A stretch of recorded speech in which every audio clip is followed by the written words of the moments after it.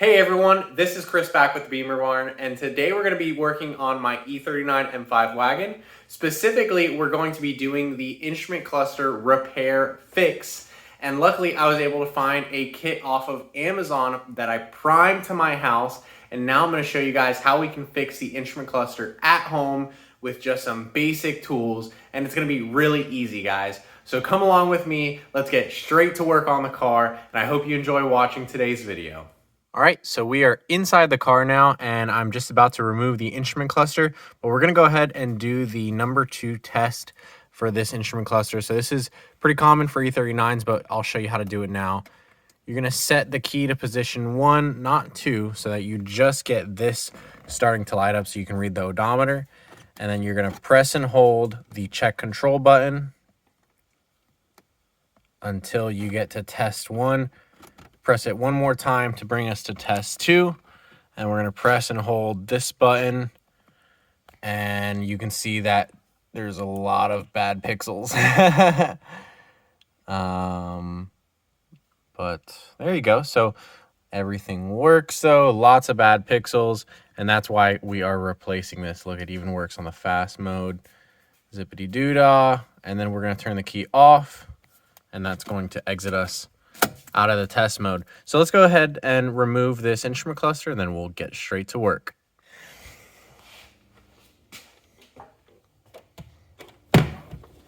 So on the table in front of me, we have everything that we're going to need to perform this pixel repair procedure. Got some trim tools so that we can keep things plastic pried apart while we're in there. You can also use zip ties I've seen, or credit cards. Some flathead screwdrivers, a pair of pliers. You're gonna need some Torx bits. We're gonna have to go all the way down to a T9, which is the smallest one here. I also have one on the end of my gun. Drill bit. You're gonna need a soldering iron and something to clean the terminals. So I tried using the Q-tip method, and that was really time consuming, although I will admit that it worked. What I ended up using was a 1200 grit microfine sponge, and this was perfect to get the remnants of the adhesive off of the pixel screen ribbon. Now, I already went and practiced this procedure on my spare 540i instrument cluster. You'll see it's already taken apart, and right here we have the actual internals. So there's a couple things that I want to warn you about before you start this procedure, and that way you'll avoid having any issues. So let's go ahead and get those out of the way first. So the first thing that I want to address is getting the back of this thing opened up is going to be pretty difficult. You're going to find these little crosshairs that you're going to need to twist. And you can see how they have to be aligned. Has to be, a little bit in each direction. And there's 5 of these, so don't forget all of them. Now here's what it looks like on the back side. They're not actually spring-loaded or anything. It's a solid piece of plastic. So as you bend it, it's going to want to revert back to its natural position.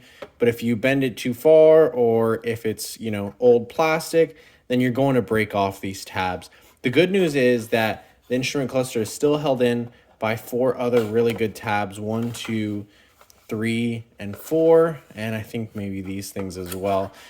So the back plate here is still held in really firmly by the rest of those tabs. So if you go ahead and break these off on the deconstruction of your instrument cluster, it might happen, but it's not the end of the world. You're still going to get it back together. It's not going to make any noise or rattle around or anything like that. It's going to be solid. So that's like tip number 1 is you're going to have to bend these. You might break them. If you break them, don't worry about it.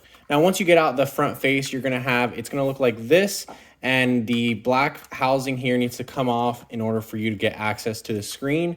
Now, to get it off, it's going to be just 2 clips on the back side here. You're going to put a flathead into this hole right here and this opening right here. And then you need to worry about the clips that are on these connectors. So I'm going to take this cover off to show you, but the clips on these connectors, they have to be bent inwards into themselves, and there's 4.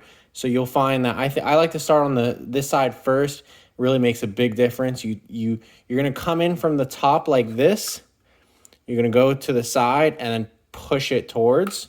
Same thing, you come down and then push it towards, like inwards this way. So do that 4 times, 1, 2, 3, 4.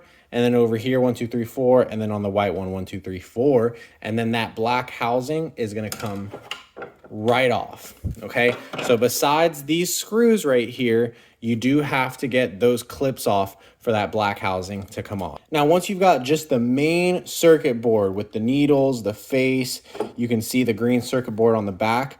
I'm gonna warn you, be very careful and do not mess up these needles. Don't try pulling them off, because if you pull them off, you will pull the motor apart internally and ruin the motor. At that point, you have to remove the motor and replace it entirely, and that's the only way to fix your issue. If you pull these needles off, you will not be able to put them back on. When you put them back on, the gauge will no longer work. So don't mess with the needles.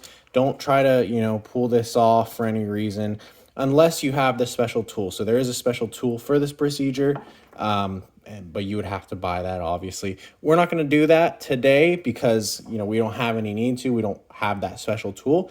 Instead, we're going to be doing the drilling method. As you can see, I practiced here, and so we can see one of the bolts right there. But this is the easiest way, is to drill through and get the screws from the front side. And that's going to remove this entire box here, which has the screen. Now, the last disclaimer I want to warn you guys about doing this procedure is that these screws, once you put it back together, you want to be very, very gentle putting them back together. I promise you, be very gentle. There's no reason for excessive pressure here. And if you do use excessive pressure, like on the sides, you'll find that you can crack the plastic like I've actually done on this one. So let's see if it'll focus in. You can see that crack there, and that's just from tightening it just a little hair more than I thought it was from factory. So be gentle tightening these. Like I said, 1, 2, 3, 4, there's 4 of them. Be gentle tightening those, and that's what holds the ribbon down on your board here. So now that we've talked about some of those pro tips before you get into disassembling and doing this procedure yourself, let's go ahead and do the procedure on my M5 board here. I'm going to walk you guys through it. You guys are going to follow me along as we tear it apart, and then we're going to replace the LCD panel here with a new one that we got. All right, so we're going to start from the top on my M5 cluster here. Turn the face around, and we're going to use some pliers to either bend or break these.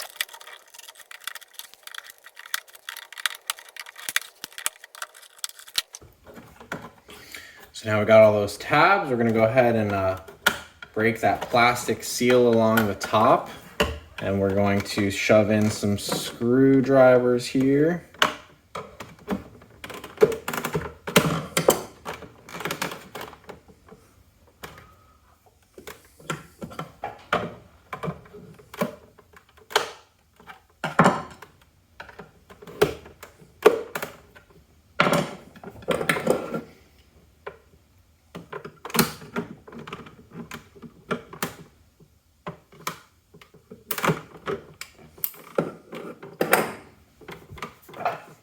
All right, and now along the bottom.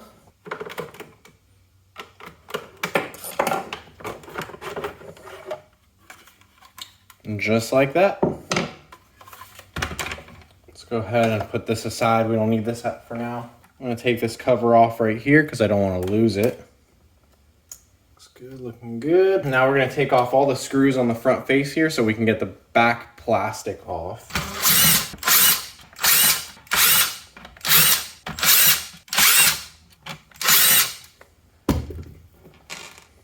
And now with all those screws off, I'm gonna go ahead and see if we can get this back plastic housing off. All right, these little clips here are disengaged, and so now we just need to worry about all the other stuff.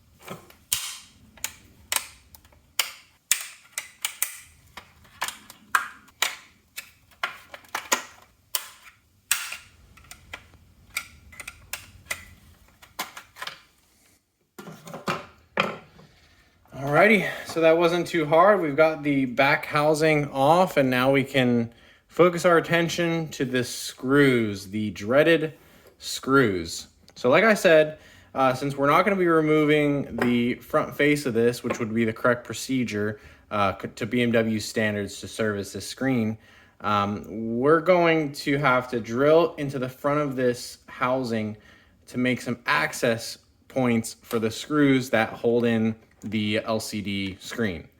So I'm gonna go ahead and show you guys where those are on this. I have my old one to reference off of, but it's pretty simple actually. You can see where this one is due to a little cut in the plastic that's just visible from underneath here. This one is between a couple of fins, and you can see it from the side.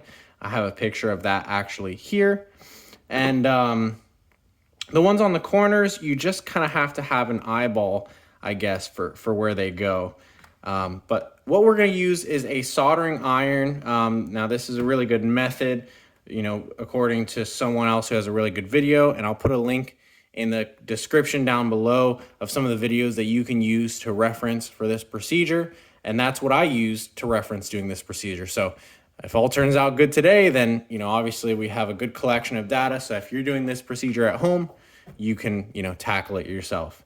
But yeah, I'm going to use a soldering iron, and I'm going to poke it through where I want to make like a guide hole or a pilot hole to the screw. The good thing about the soldering iron is that I can poke it all the way through and touch the screw, and it's not going to bend the screw or melt the screw. It's going to meet the screw and stop, and then that will kind of give me a positioning point.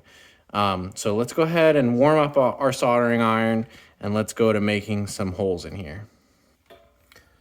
Alrighty folks, we've got our soldering iron warmed up. Let's go ahead and start with the easy one, which is going to be this one, the third one from the left here. And it's basically going to be right around here, if I'm not mistaken.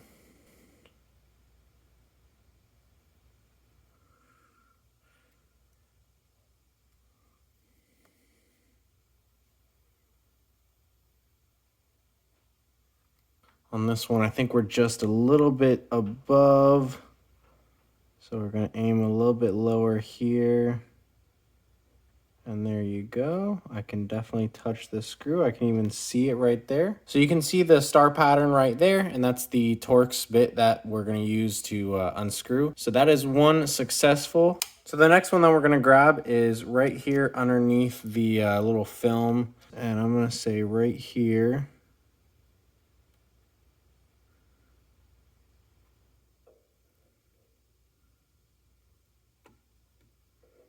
All right, this one, second from the left here, you can kind of see under this gap where it is. Kind of hard to tell, but with good, if you have good vision, you might be able to see. There's just a little bit of a raising where the head of the screw should be. So we'll try right here. I think that was successful there. And the last one I think is the trickiest, is like right around under here. So it really sucks because you're probably going to end up burning, damaging this little bit right here. Not a big deal because you're not going to see that once the instrument cluster is fully back together. You know, we're just going to try it with this thing on because I know it's going to get damaged anyways. And I think we'll use it as a guide as well. So right about there.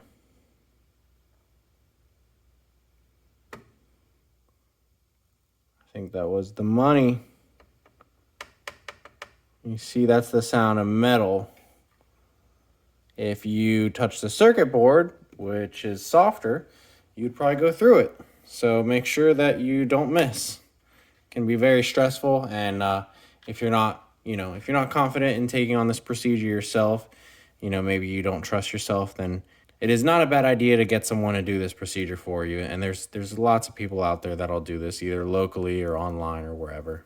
So now that we've kind of got our pilot holes done, we're going to go ahead and actually drill in nice and slow to make these, you know, a little bit cleaner.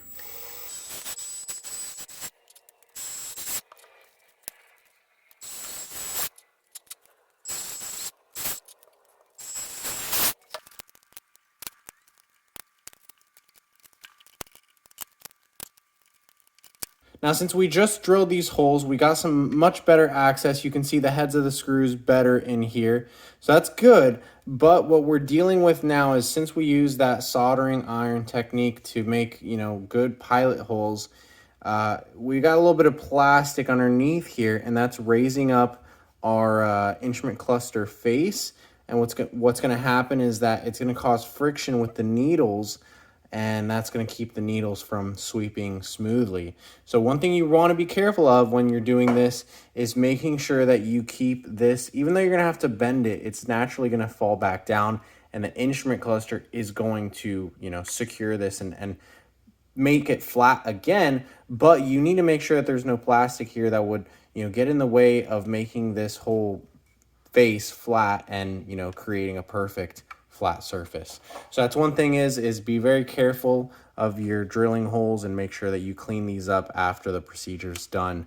All this debris here, once we get this housing off, we'll be able to air spray this off and make sure that there's nothing going back together.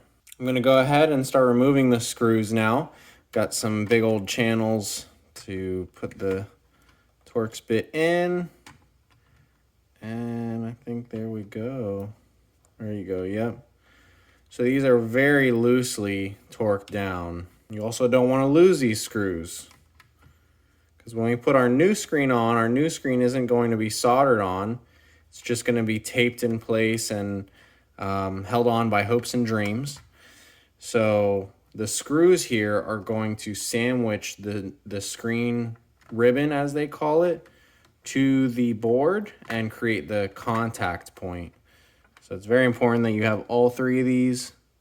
Like I said, has to be torqued down well, but not over torqued, which is basically has to be torqued down very lightly. All right, so we have all four screws loosened here. Now, it's not just going to come out on its own, because you have the pins out here that, they illuminate these bulbs, and those are in the circuit board. Now, they're not soldered down, but they are sort of like sandwiched in. The other problem is that this motor here is actually like on top of the housing. So when you get this off, it kind of has to come off at an angle. I hate doing it, but so far, I haven't had any issue. I kind of bend this motor. I kind of try to pull this side up and away out, like, out this way. And that's what I found is the best. It doesn't bend the pins. The pins come out straight and they go in straight by going like that. So let's see if we can do this. We're going to use a little flathead on the outside here where the pin is. And just kind of softly see if we can get a side up. Looks like I got a screw loose in there. Don't want to lose that. All right, I think I'm getting it now. There we go. That one's off. That side's popped off. All right, that side is popped off. Now let's see if we can pull this off. There we go. Okay, boom, off. All right, now, this is also kind of a sketchy part, is removing the ribbon cable. So, let's go ahead and yank this off. You can see that it's basically soldered on right along here. So it's soldered on from the factory. You can also get the band or the cables that, that you solder on again, but not necessary. So here you can see some of the corrosion that occurs on these ribbon cables, and it's that orange rust basically right there. And it just, this is what causes your issue here. Now, on the board, we have our, adhesive or the solder, and it's still there. Now, I tried using acetone, or I tried using mineral spirits, brake cleaner, alcohol before, but it really didn't break it down. You can try to use some Q-tips, but that's pretty time staking. What I found success in was using, like I said, this 1200 grit sandpaper, and we'll just kind of rub it, and the friction of this, although it's smooth, it's not really wearing anything down, 1200 grit. It's the friction that gets the adhesive to come off, this glue stuff. So let's do that.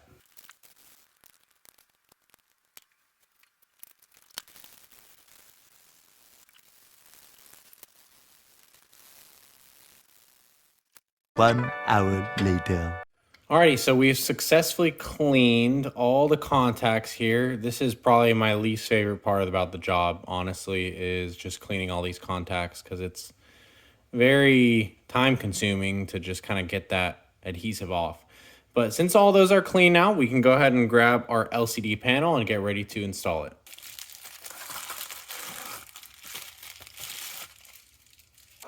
This is exactly what we get in the box. It was a very good deal. I'll have this link down in the description below, but I got this from Amazon and came really quickly.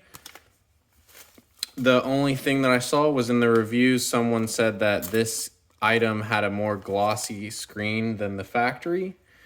So we'll see if there really is a big difference, but I don't really mind a little bit of extra glossiness here. You can see it has that factory matte or satin finish. But yeah, let's see. Now let's remove our old screen from here. There's these 2 clips on the bottom and then 3 on the other side. And these 3 ones actually, they clamp in the screen. So here's our old screen, and we can go ahead and compare it to our new one here. I'll use a little bit of light to show you guys how these work. You can see how the screen is laid out. It looks like this one might actually have a screen protector on it right now. Let's see if we can take that screen protector. Oh, yep. Laid into the corner. And then we'll take this screen protector off.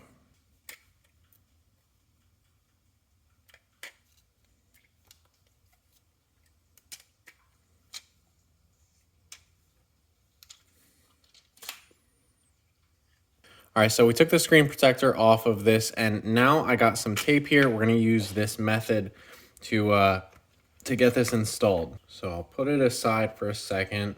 I'm gonna grab a piece of tape here, about the same length as the ribbon, and I'm gonna apply it to the back of the ribbon, the glossy side that doesn't have the contacts on it. Alrighty, so you can see how I've got the tape on there. And now since I have a screw that's in the board here that it's gonna stay in there, I'm gonna have to cut out the tape where that screw is gonna go. Also gonna trim it over here around the motor. So we just wanna get it lined up. The tape is just to line it up. It's not actually gonna make the connection or anything. It's just to line it up and hold it in place until we get the clamp on the back.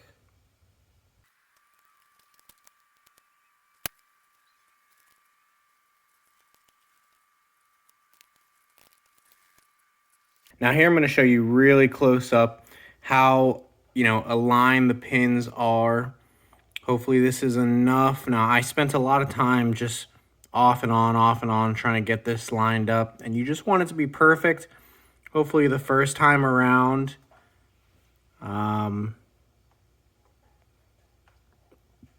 So I think this is good enough. We're going to go ahead and try to, reassemble the whole thing, and then we'll test it out. All right, so I think that, so since we have it all lined up, but we need to get this installed with like this and all that, I think the next step is gonna be to get this sandwiched on there. And like I said, these red things right here, these are responsible for pressing down on the ribbon and making that contact, so make sure these don't fall out. This pink band here is responsible for making contact and pressure on the bottom of the ribbon, but it's not actually, solidifying that connection because that's already soldered on, as you can see.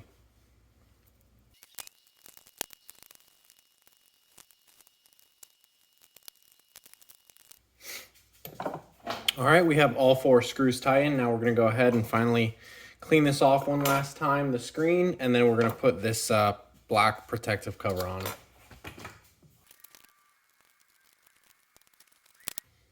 All right. So that looks to be all the work that needs to be done. Screws are tightened, faceplate is on. We should be able to reassemble this all and put it back in the car.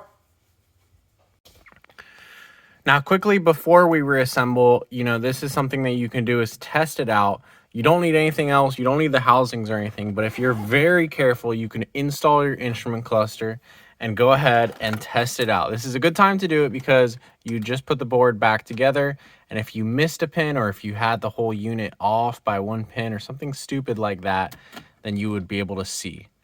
But you turn your key to position 1, like I said. You can already see it looks really good right there. Let's go ahead and press and hold on the right side. Test number 1. Let's do test number 2. And there you go. Boom. Looks like all the pixels work. All the lights work. All the gauges still work. The gas gauge is a little sticky, but like I said, that's because the film, the black film here is just slightly lifted up and it's causing that stickiness. But when we put the front of the face on, it's going to be all smooth. So great. It looks like it worked. We're going to put everything back together and show you the final product.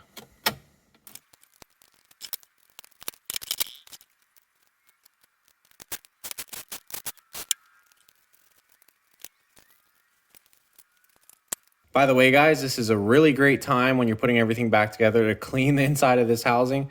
There are always going to be bugs inside of here. I don't know why they come in here. They think that there must be something worth their time in here. But yeah, we're going to use some compressed air and blow out any dust or bugs from inside of this housing before we put it back together.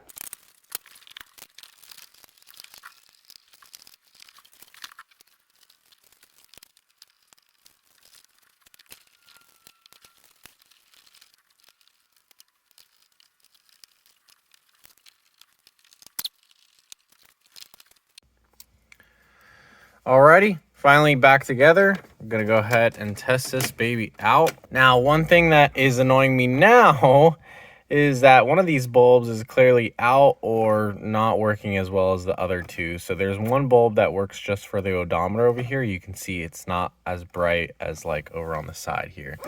Let's see if we can do our test and go ahead and put the lights on so you can even see it much better. But look at that. All the pixels work. All the gauges work. All the lights work. It's beautiful, guys. This is like awesome. I'm kind of scared now because we're going to be able to see what our average consumption is and all those other sort of things. You might have seen before, we can now see what our check control codes are. So now we know that we have a bad high beam light, which I know. And we know that we have bad self-leveling suspension and the license plate light. That's a new one. I didn't know about that. So that just means that now we know what we need to fix. All right, so that's going to conclude today's video. I hope you enjoyed watching and that you learned something as usual. This should be a really good handy DIY. And like I said, I have links in the description down below to the other 2 very useful YouTube videos that I use to do this procedure. Go ahead and like the video down below before you leave because it's really easy for you to do and it helps out my channel. Subscribe if you want to see more BMW content like this. We actually just sold the E46 328i, and so I'm really excited to show you guys the next car that we are adding to the channel. You're not going to believe the condition that we found this thing in. Spoiler alert, it was not in the best condition. But of course, as usual, I like to keep my hands busy with a good project, and I'm really excited to get to work on this next one. So stay tuned for more content, guys. We have a whole lot more coming your way. I'll see you guys down in the comments below, and I hope you have a good one.